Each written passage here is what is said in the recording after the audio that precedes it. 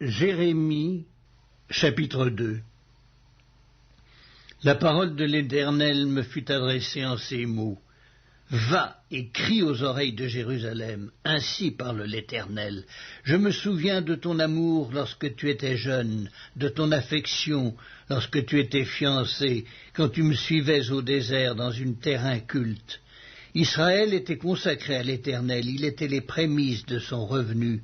Tous ceux qui en mangeaient se rendaient coupables, et le malheur fondait sur eux, dit l'Éternel.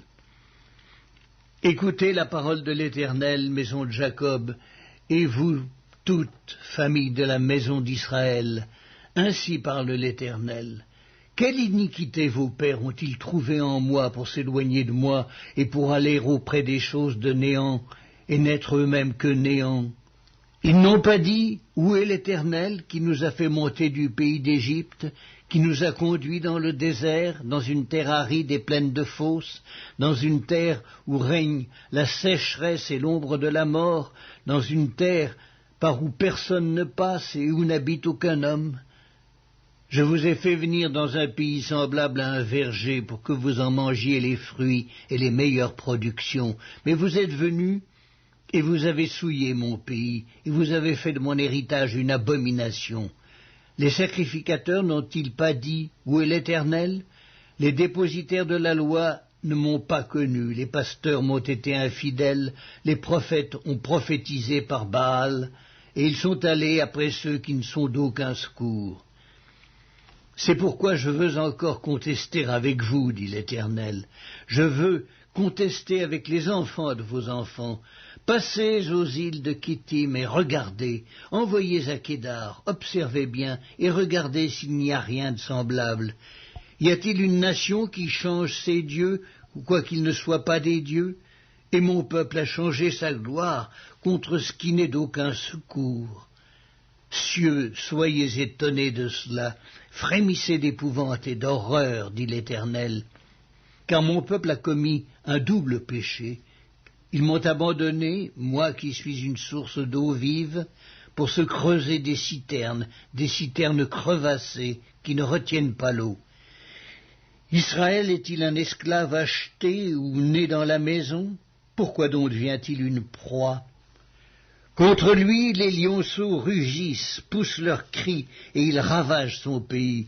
Ses villes sont brûlées, il n'y a plus d'habitants. Même les enfants de Noph et de Tachpanès te briseront le sommet de la tête. Cela ne t'arrive-t-il pas parce que tu as abandonné l'Éternel ton Dieu lorsqu'il te dirigeait dans la bonne voie? Et maintenant, qu'as-tu à faire d'aller en Égypte pour boire l'eau du Nil?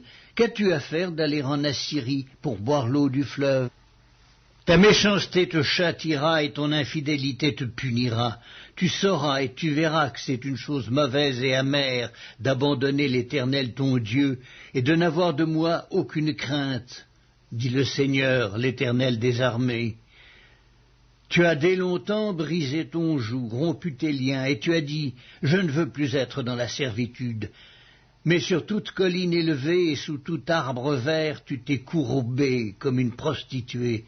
Je t'avais planté comme une vigne excellente et du meilleur plan. Comment as-tu changé, dégénéré en une vigne étrangère? Quand tu te laverais avec du nitre, quand tu emploierais beaucoup de potasse, ton iniquité resterait marquée devant moi, dit le Seigneur, l'Éternel. Comment dirais-tu, je ne me suis point souillé, je ne suis point allé après les Baals? Regarde tes pas dans la vallée, reconnais ce que tu as fait, dromadaire à la course légère et vagabonde. Ânesse sauvage habituée au désert, haletante dans l'ardeur de sa passion, qui l'empêchera de satisfaire son désir? Tous ceux qui la cherchent n'ont pas à se fatiguer, ils la trouvent pendant son mois. Ne t'expose pas à avoir les pieds nus, ne dessèche pas ton gosier. Mais tu dis, c'est en vain, non, car j'aime les dieux étrangers et je veux aller après eux. Comme un voleur est confus lorsqu'il est surpris, ainsi seront confus ceux de la maison d'Israël, eux, leurs rois, leurs chefs, leurs sacrificateurs et leurs prophètes. Ils disent au bois, tu es mon père, et à la pierre, tu m'as donné la vie, car ils me tournent le dos, ils ne me regardent pas. Et quand ils sont dans le malheur, ils disent « Lève-toi, sauve-nous » Où donc sont tes dieux que tu t'es fait, qu'ils se lèvent s'ils peuvent te sauver au temps du malheur, car tu as autant de dieux que de villes, ô Juda. Pourquoi contesteriez-vous avec moi? Vous m'avez tous été infidèles, dit l'Éternel. En vain ai-je frappé vos enfants, ils n'ont point eu égard à la correction. Votre glaive a dévoré vos prophètes comme un lion destructeur. Hommes de cette génération, considérez la parole de l'Éternel. Ai-je été pour Israël un désert ou un pays d'épaisses ténèbres? Pourquoi mon peuple dit-il, nous sommes libres, nous ne voulons pas retourner à toi? La jeune fille oublie-t-elle ses ornements, la fiancée sa ceinture, et mon peuple m'a oublié depuis des jours sans nombre. Comme tu es habile dans tes voies pour chercher ce que tu aimes, c'est même au crime que tu les exerces. Jusque sur les pans de ton habit se trouve le sang de pauvres innocents que tu n'as pas surpris faisant effraction. Malgré cela tu dis, oui, je suis innocente. Certainement sa colère s'est détournée de moi. Voici, je vais contester avec toi, parce que tu dis, je n'ai point péché. Pourquoi tant d'empressement à changer ton chemin? C'est de l'Égypte que viendra ta honte, comme elle est venue de l'Assyrie. De là aussi tu sortiras les mains sur la tête, car l'Éternel rejette ceux en qui tu te confies, et tu ne réussiras pas auprès d'eux.